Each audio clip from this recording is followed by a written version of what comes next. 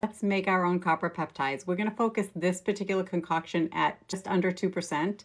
And what you're going to need is these blue copper peptides. They're GHKCU copper peptides. 1 dropper of distilled water. You want to make sure it's distilled water and you want it to be slightly warmer than room temperature.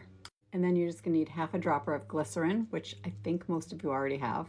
And then you're going to need about 1.7 ounces of moisturizer. I've been using a combination of Educated Mess and Botolift just because I love these two formulas.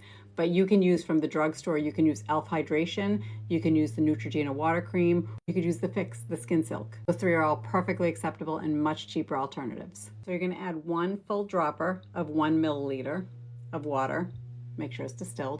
Add your copper peptides, and then you're going to work that all in and make sure that it's all stirred so there's no clumps or lumps. So if you have to add a couple more drops of water to really get that, that won't hurt the formula at all. So you want to get it so that it's a bit of a liquidy consistency.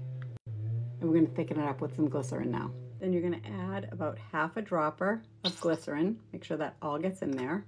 It'll still be a really watery consistency, but you really want to get that whole mixture coming together before you add it to your creams. And then once all that's really well distributed, you're going to add it to about 1.7 ounces of your cream. Now I did put them into a larger bowl because I'm going to end up splitting them up into a couple smaller containers because I'm making them for a couple of people.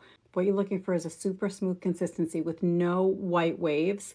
I've been stirring this for about 3 to 4 minutes. You really want to make sure you really get that blue copper peptide circulated throughout the creams.